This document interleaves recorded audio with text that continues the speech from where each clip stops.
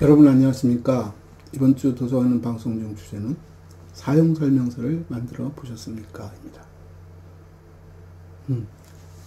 좀 특이하죠? 사용설명서랑 도서관? 제가 오늘은 도서관 얘기를 집중적으로 하자는 얘기는 아니고 사세 역할에 대한 얘기를 좀 하려고 이 테마를 꺼내봤습니다. 이제 나이가 먹다 보니까 나 때는 얘기를 많이 하게 되는데,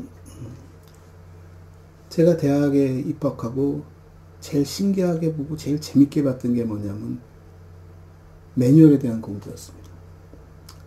소위 말하는 도서관에 참고 문헌들이 많았고, 그 참고 문헌들이 다 쓰임새가 다를 뿐만 아니라 그 쓰임새에 맞게끔 그 제작 편집된 형태와 의도와 방법도 상당히 다양하다는 걸 배웠습니다. 그러면서 옛날에 물건을 살 때 따라온 조립 방법이라든가 사용 설명서라든가 이런 것들을 우리가 그냥 간과했었구나 하는 생각이 들 정도로 굉장히 상세하게 배웠습니다. 어떤 건 엄청 과학적으로 전개시켜 놓은 것도 있습니다. 생각해 보십시오.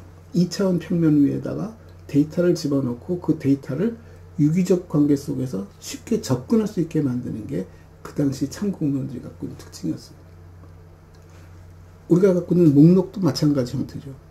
도대체 엄청나게 많은 책을 어떻게 배열하고 그 배열되면 어떤 식으로 접근을 시키게끔 할 수 있게끔 만들까 하는 방법의 고민 끝에 나온 게 그런 목록의 방법이고, 목록의 배열에 대한 얘기고, 목록의 종류들이고, 또 책은 어떻게 배열하고 어떻게 위치하고 하는 것들을 굉장히 구조적으로 배웠었던 것 같습니다.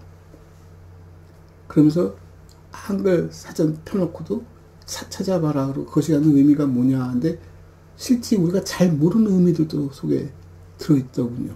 그래서 그걸 알면 그만큼 사전을 잘 이용할 수 있다는 거죠. 지도 또한 어떻습니까? 일단 척도, 축적. 이 지도는 몇만 분의 몇십만 분의 1짜리 지도이고, 여기서 선은 어떤 방법으로 위도 경도를 만들었고, 위도와 경도의 한 칸의 간격은 어떻고, 에 대한 얘기들. 북쪽은 어떻게 펼쳤고, 남쪽도 어떻게 펼쳤고, 그냥 지구는 둥글기 때문에 둥근 지구를 어떻게 하면 펼쳐서 표현할까? 그래서 윗부분은 생각보다 넓게 표현되어지고, 가운데는 작게 표현되어지고, 그런 것들을 배웠죠. 세상 살다 보면 그게 별것 아닌 것 같지만, 막상 우리가 어떤 문제에 봉착하면 그것 이상 좋은 것이 없습니다. 제가 유학 시절에, 그러니까 81년이니까 막 이제 IBM PC들이 나올 무렵입니다. 그 PC 시리즈 전선실에 딱 갔더니 MBA에서 운영하는 전선실에 매뉴얼만 책상 가득이 쫙 펼쳐져 있더군요. 그러니까 책 등을 보이게끔 하는 것이 아니라 긴 막대에다가 그걸 다 끼워가지고 다 펼쳐서 볼 수 있게끔 칸을 질러서 각종 소프트웨어 사용 설명서를 포함해서 PC의 하드웨어 사용 설명서까지 완전히 한 책상 가득이 놓여 있었습니다. 누구든지 필요하면 가서 뒤져보면 컴퓨터를 쓸 수 있게끔 도움 없이도. 아마 인건비가 비싼 나라에서 할 수 있는 가장 저렴하고 가장 가성비 높은 행동이지 않았을까. 물건을 파는 것도 그렇죠. 좋은 물건을 팔았는데 사용하는 사람이 제대로 사용하지 못하면 이 물건에 클레임도 걸릴 수 있고 수익이 안 날 수도 있으니까 가능하면 그 물건을 잘 쓰도록 만들어주는 것. 그게 요즘은 키오스크라는 형태로 나오고 있습니다. 패스트푸드점 앞에 들어가도 점은, 예전부터 점은 숫자가 훨씬 줄었고, 키오스크가 몇 대씩 놓여있죠. 거기 가면 카드를 찔르기도 하고, 작동을 해서 카드를 찔러서 결산하기도 하고, 번호표를 뽑기도 하고, 굉장히 다양한 형식으로 서비스를 제공합니다. 근데 그거 한번 제대로 잘 써보셨습니까? 불편하죠? 나이가 들면 더 불편하다고 합니다. 그래서 이게 문해력에 대한 얘기야. 스마트폰도 제대로 우리가 쓸 줄 몰라. 그러긴 합니다. 근데 젊은 사람들은 잘 쓸까요? 예, 제가 부정하고 싶지만 사실 쳐다보고 있으면 참 잘 씁니다. 그래서 저도 한번 시도를 해봤는데 저한테 상당히 불편하더군요. 설마 이런 컴퓨터도 가르치고 정보 서비스도 가르치는 사람이 정보 문해가 떨어져서 그럴까요? 뭐 나이가 있으니까 그럴 수도 있겠습니다만 저는 그런 기기를 보면 일러두기 또 사용설명서 비슷한 맥락에서 어떻게 접근시키고 있는지, 이 가게에서 하고자 하는 목적이 뭔지, 그 목적에 따라서 어떻게 일의 순서를 정해서 사람들로 하여금 따라오게 하는지.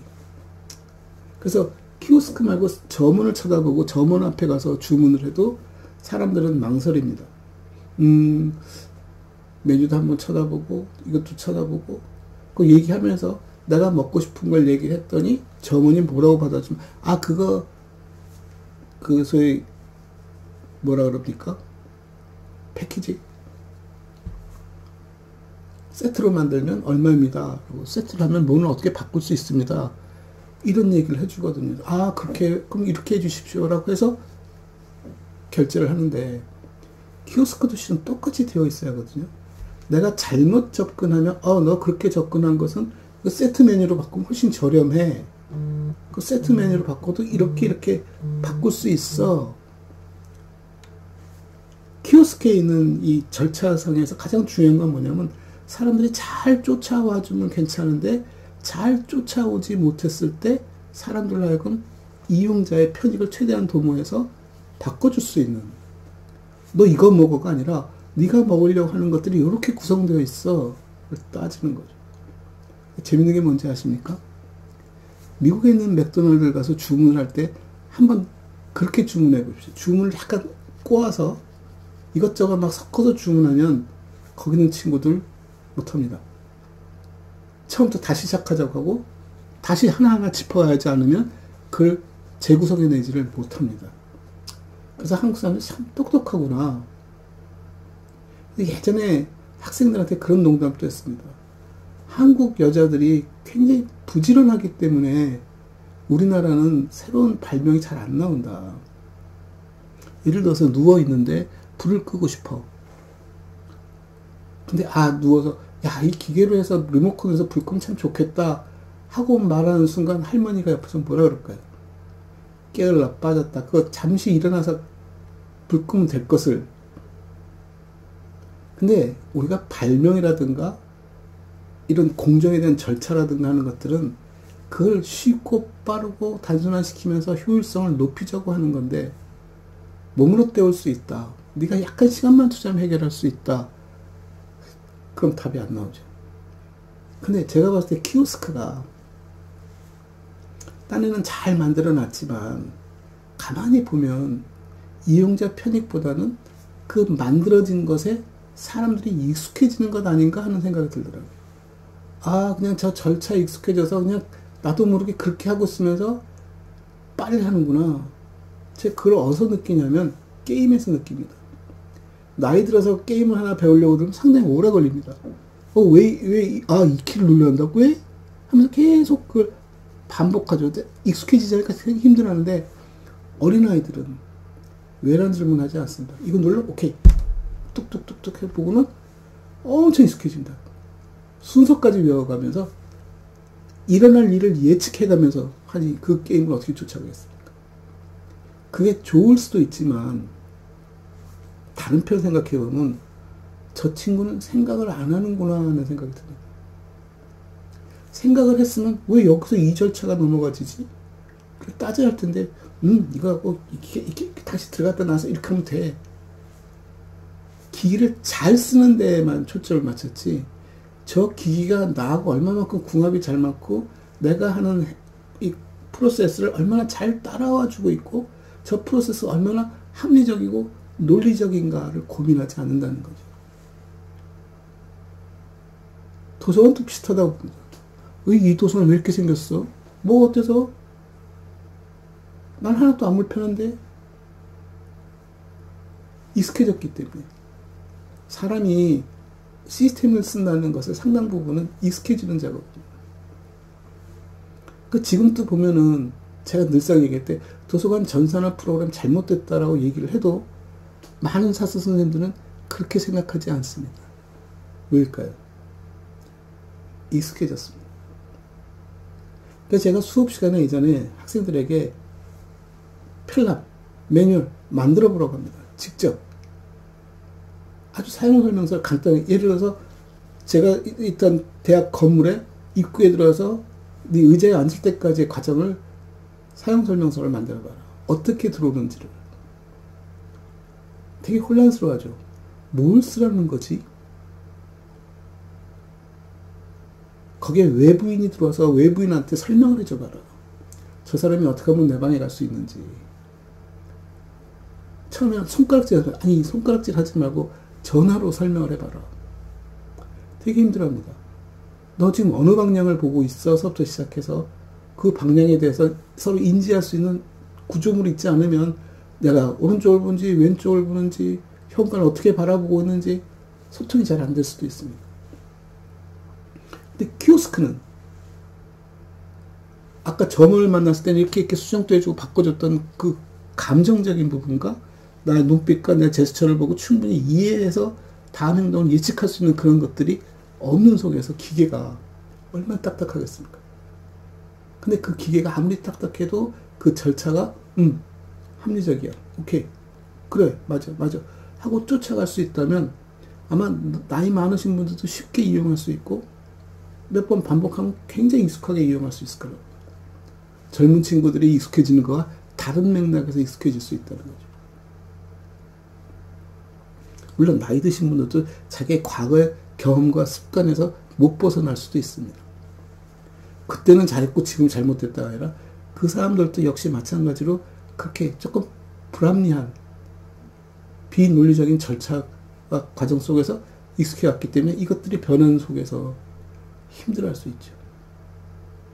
그래서 최소한 문헌정보학과 출신이라면 도서관에서 그런 참고문헌, 지금은 그 참고문헌이 거의 검색키, 아무 근거도 없이 키워드 몇 개만 두들기면 지가 알아서 찾아주는, 기계 그만큼 똑똑해졌다는 거죠. 그만큼 우리가 데이터를 많이 줬다는 얘기가 되기도 하고, 그 과정에 예전에는 그런 절차적인 것을 배웠다면 그 절차적인 것을 그대로 만들어서 책을 만들고 뭐 편람을 만들어라는 얘기가 아니라, 그런 것들을 놓고 우리가 키오스크를 설계하더라도, 도서관 업무 전산을 하더라도 어떤 절차가 필요하고 왜 이렇게 필요하고 데이터는 어떻게 구성되어야 할까에 대한 전체적인 이해, 그 시스템적 이해를 가질 필요가 있지 않을까. 시스템적 이해를 갖지 못하면 그 속에서 이런 서비스들은 하나 허구입니다. 근거도 없고 매번 달라지고 절차도 없고 운으로 뛰어가는 거죠. 부지런하게 몸으로 때우는 것이고. 그래서 문헌정보학을 배운다는 건 어떻게 보면 그 구조를 배우는 것이고 그 절차를 배우는 것이고, 아마 저기 자연과학 쪽에서 얘기한다면 산업공학 쪽하고 비슷하다고 봅니다. 산업공학 하는 친구들은 자기가 컴퓨터는 만들어내지 못하지만 컴퓨터를 만들려는 절차에 대한 이해 속에서 그 공정을 설계할 수 있는 힘이 있듯이, 문헌정보학 하는 친구들은 인간의 사고와 행동들을 어떻게 조직할 수 있는지, 그 절차를 우리가 파악할 수 있는지, 그 절차에 대해서 그 사람이 쉽게 이용할 수 있는 선을 만들어주는지에 대한 거죠. 그거 보셨습니까?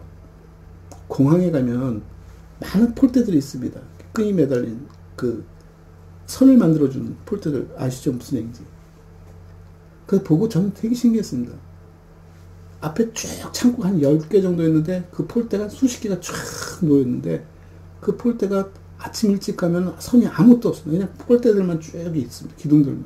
아무렇게나 들러놔도 옆으로 가도 아무 상관없는데, 사람이 점점 늘기 시작하면 직원이 와서 폴대에 선을 쭉쭉 빼서 연결합니다. 뭘 만들까요? 동선을 만들고 있습니다. 사람이 많으면 그 사람이 줄이 길어질 테니까 그 긴 줄을 좁은 공간에 처리하는 방법은 지그재그 돌리는 거죠. 사람들이 이렇게 해야 작은 공간에 많은 사람의 줄을 만들 수 있습니다. 사람이 적으면 그냥 일자로 쭉 만들어도 됩니다. 그래서 그걸 어떤 시점에서 어떻게 설계하고 어떻게 바꿀까에 대한 고민을 하면서 절차적인 부분을 해결해 가는 거죠. 그러니까 이용자들은 그냥 앞에 사람 줄을 서 있기만 해도 자기 차례에 대한 충분히 쫓아갈 수 있습니다. 그런 것들이 그냥 기계적인 일이고 아무나 막 하는 일 같지만, 그거 웬만한 그럼 머리를 쓰지 않고는 제대로 안 됩니다. 아마 연습을 시켰겠죠. 이렇게 하라고. 연습에 따라서 움직이는 사람과 그걸 설계하는 사람과는 거의 시스템에 대한 이해가 완전히 다르다고 생각하셔야 할 겁니다. 그래서 뭐 키오스크 얘기가 되었던, 사용 설명서가 되었던, 뭐 조립하는 조립 순서도가 되었던, 또 어떤 것을 작동하는 방법에 대한 얘기가 되었던, 운전도 마찬가지예요. 운전면허증 딸 때 보면 대부분 뭐 어느 화면에서 뭐가 어떻게 보면 어떻게 돌고 그런 실험실적이고 어떻게 주어진 딱 공간 안에서는 잘 해서 시험을 붙을지 모르지만 막상 현장에 딱 나가면 자기가 기준 잡았던 점들도 안 보이고 이제 감으로 움직여야 되고, 감이라는 게 뭘까요? 차의 크기에 대한 이해를 갖고 거리에 대한 공간에 대한 개념을 이해하고 속도에 대한 문제, 바퀴를 돌렸을 때 어떻게 돌아가는지 그 메커니즘을 이해하지 않고는 제대로 못합니다. 그래서 아직도 젊은 친구들 중에는 패러럴 파킹 잘 못하는 친구들도 꽤 많습니다. 그래서 그런 것들이 우리가 시스템을 이해하는 작업, 이거는 도서관에서 사람들이 어떻게 이용한 걸 쳐다봐도 충분히 알 수 있습니다. 한 걸음 더 나가서 저 사람들이 도서관에 왜 오지를 분석해보면 도서관이 어떤 서비스하고 어떤 자원을 갖춰와야 하는지에 대해서도 충분히 이해가 갑니다.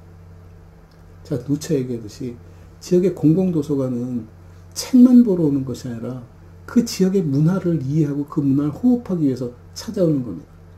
그 동네에서 무슨 일이 벌어지는지를 알아야 할 필요가 있지 않습니까? 어느 공공도서관에 가봤더니 키오스크가 있길래 여기도 키오스크 내가 뭐에다 씁니까? 했더니 저기 행정실에서, 저기 행정사무소죠. 동사무소에서, 구청에서 정보를 보내준답니다. 거기다가. 아, 그래요? 근데 꺼져 있더라고요. 관심도 없는 거죠.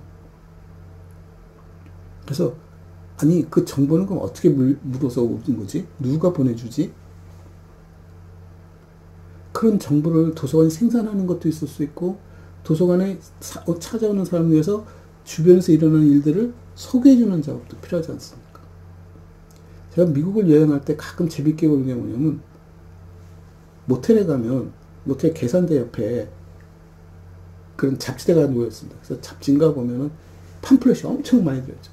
그 지역 관광을 위해서 소개해준 소개책자들이 굉장히 많습니다. 쭉 빼들고 와보면 10개 정도는 그 중에 보고 싶은 건 한두 개도 안 됩니다.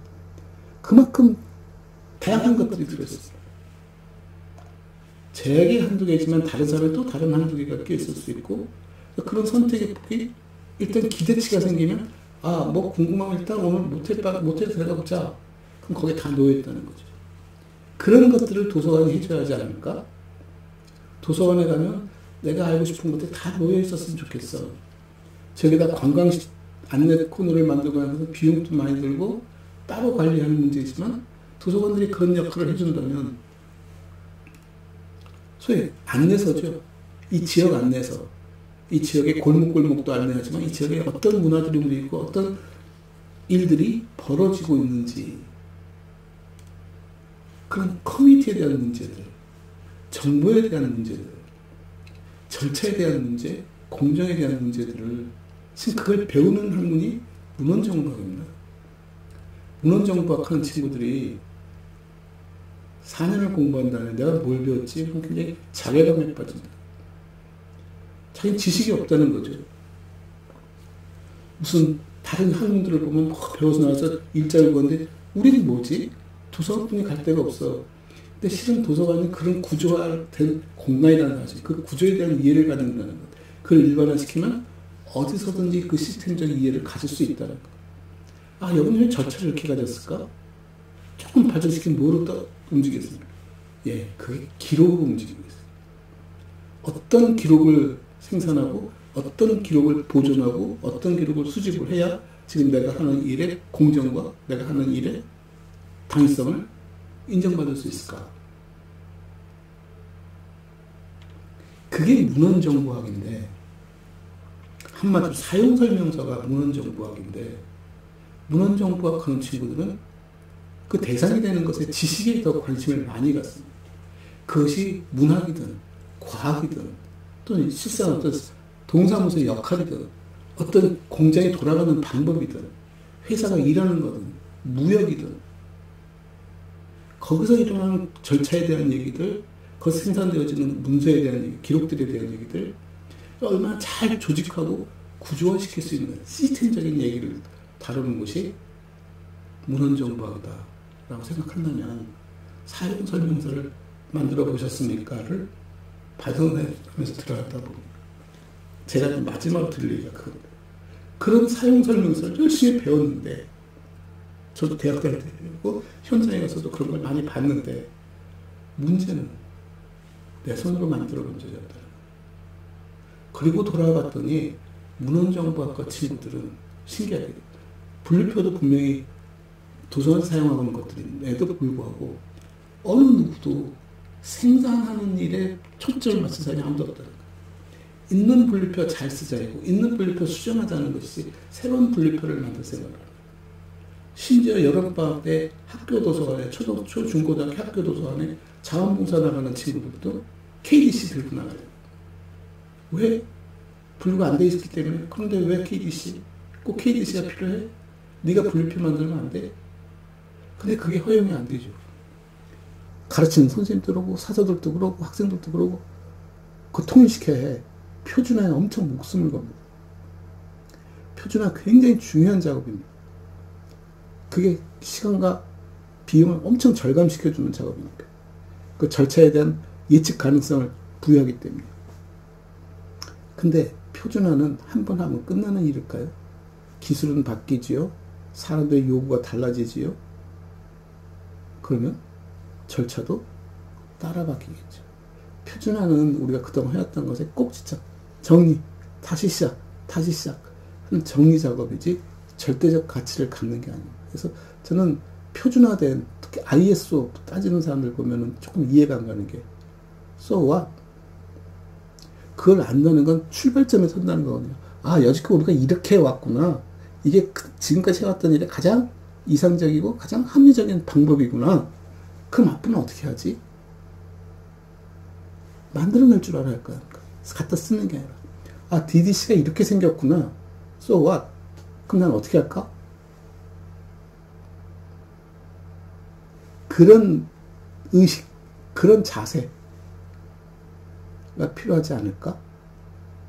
그래서 사용설명서, 아주 조그만 거라도 사용설명서 한번 만들어 보시면, 아, 문헌정보학이 어떤 학문이구나. 금방 이해하실 거라 믿습니다. 감사합니다.